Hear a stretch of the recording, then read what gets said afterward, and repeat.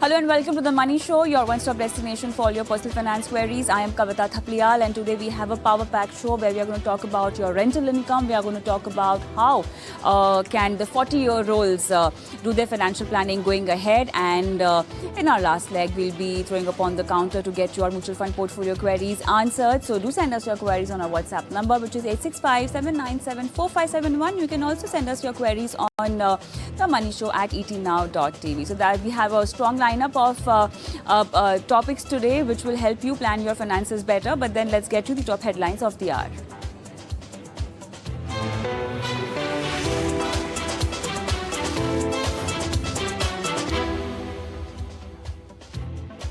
Nifty gains over 150 points off day's low to close above 19,700. Pharma index is the top sectoral gainer. Anticipate more risk in global market. That's the word coming in from Aditya Birla Sun Life AMC's Mahesh Patil. He also says IT sector is likely to see a bounce back.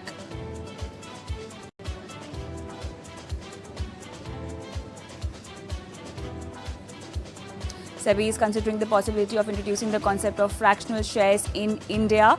ET now learns from sources that the market regulator may soon hold consultation with government on the issue. Byju's set to slash thousands of jobs. Sources say the new India CEO is undertaking a massive restructuring exercises which he aims to complete in a few weeks. GST Council likely to consider lowering tax to 12% on health insurance, especially for senior citizens. The next GST Council meet is on October 7th.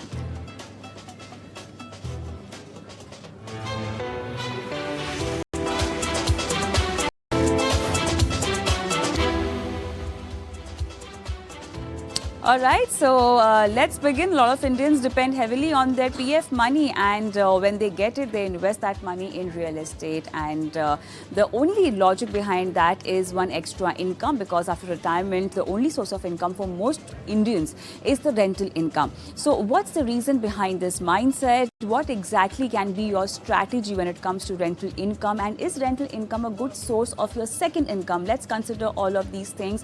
I have Nehal Mota, co-founder Innovate, with me to discuss more on this. Nehal, good evening and welcome to the show. So we are considering two kind of scenarios. One is of people who are retired and using their PF money to get a constant or regular source of income via rent. Okay. The other aspect of this particular discussion is having rental income as a source of your second income. So let's the first aspect, where we are dealing with retirees who prefer that whatever money they get from their PF after retirement, they want to invest it in real estate and then maybe get rental income as a source of the regular income. What is the mindset behind this and why this concept, and does it really work? Good evening, Kavita, and thank you for inviting me on the show once again. Like you said, that PF is one big portion of a retired person's, income, like that lump sum corpus which they get. Generally, in India, we have this mindset and a preference towards physical assets, whether it is real estate or whether it is gold. We have this affinity towards physical assets, and we believe that the physical assets not only give us capital appreciation, but something like a real estate also give us a regular rental income. And that is the reason we are inclined towards real estate. Having said that, real estate has its own challenges in terms of there is a very big amount of money which you need to put upfront to buy a real estate. The rental income, which they feel is like a good second source of income in real estate, the rental yields, whether it is metro or the smaller cities, is anywhere between 3 to 5%. With that rental yield, you also have to pay property taxes, maintenance, and whatever income is left, the net income, again, you pay income tax on that. So the yield drops to less than 3%. And so, the retired people should really reconsider putting their entire EPF money into buying a real estate, in the hope of getting a good rental income.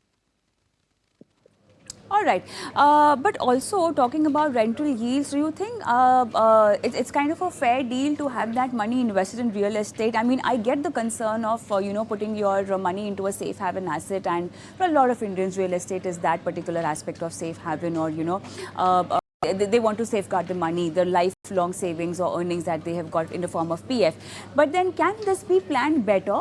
And do we really need real estate when it comes to parking all your lifetime funds? And if you want to get regular income out of it, you might just want to consider a different investment instrument? Kavita, with the retirement fund, if we have to list down the objectives, your first objective is to get regular cash flow. The second objective is capital protection. The third objective is that the investments need to be tax efficient. And the fourth and the biggest aspect for a retired person is liquidity. Okay, so if we were to look at real estate on these four aspects, when it comes to liquidity, once you invested in a real estate property, a very big amount of money, it's not very easy to liquidate it. It's not as tax efficient, like we said, that the income is taxed at your tax slab rate. The third thing which we discussed, the rental yields are low. Okay, and so maybe if you consider more options like just a hybrid investment portfolio where 70 to 80% can be parked in debt instruments, long-term bonds, which in the current market with the high interest rates are giving you anywhere between 7 to 7.5%. Even post-tax, they are giving you returns which are as high as 5.5%. Together with it, 20 to 30% can be into hybrid funds, or it could be into index funds, large cap index funds, which can give you that capital appreciation which you expected from real estate. So generally, people look at real estate because apart from getting that rental income, they are also, looking at some capital appreciation. So that capital appreciation plus an income can actually be taken care of with a 70-80 debt plus 20-30 equity kind of a combination. So it meets your capital appreciation requirement. The equity grows over a period of time, and the debt component gives you that regular income, more tax efficient income. And with this current high interest rates, in case if interest rates were to head southward, there is also a chance of capital appreciation on this long-term government bonds. So the retired people should look beyond real estate and rental income as options to invest. Exactly. Also, the other scenario that I wanted you to consider here was having rental income as a second source of income. Not necessarily that a retiree needs to plan that way, but even someone who's investing heavily or maybe has a investment portfolio and for diversification as an asset class as real estate. Do you think rental income can be a way Sorry? So Kavita, real estate also, I would say there are two pluses. One is that the rental income which you get, it is inflation adjusted. Generally, the rental, like appreciation is about 8 to 10% annually, whereas inflation currently is in the range of 6-7%. So the rental income is a good hedge to inflation. That is one positive when it comes to real estate. And in a country like ours, which is like a very large working population who are still to buy houses and all, in this kind of a market, you can expect a decent Nehal, appreciation Nehal, the question over here is, should you be considering it as your second income? Because a lot of time, it's also advisable, especially the kind of times we are living into, scenarios that we are into, depending just on your salary is not a great idea. You need to have an investment portfolio, and for a lot of people, it's very important that you upgrade and update your skills. And when you do that, you also need to start looking at having a second income. Do you think rental income can be that part of your second income, is what my question was. Yeah, so answering that question, that first thing is that you consider your overall asset allocation. Equity and real estate are growing assets, and your debt and your gold are capital preservation assets. So definitely, while you are young and you're trying to build multiple sources of income, you should be invested in equity and real estate, which are growing assets. Once your need for the primary house is done, once you are saving enough for your key goals, retirement, kids education, in case if you're in that age bracket, and if you have any surplus, then you can look at real estate as one of the options where you put in an investment and you're looking at the rental income. And like I said, that if I were to talk about advantages, the rental income which you get is inflation adjusted because the rent grows in proportion or a little more than the inflation. And second is that you also stand a chance of capital appreciation.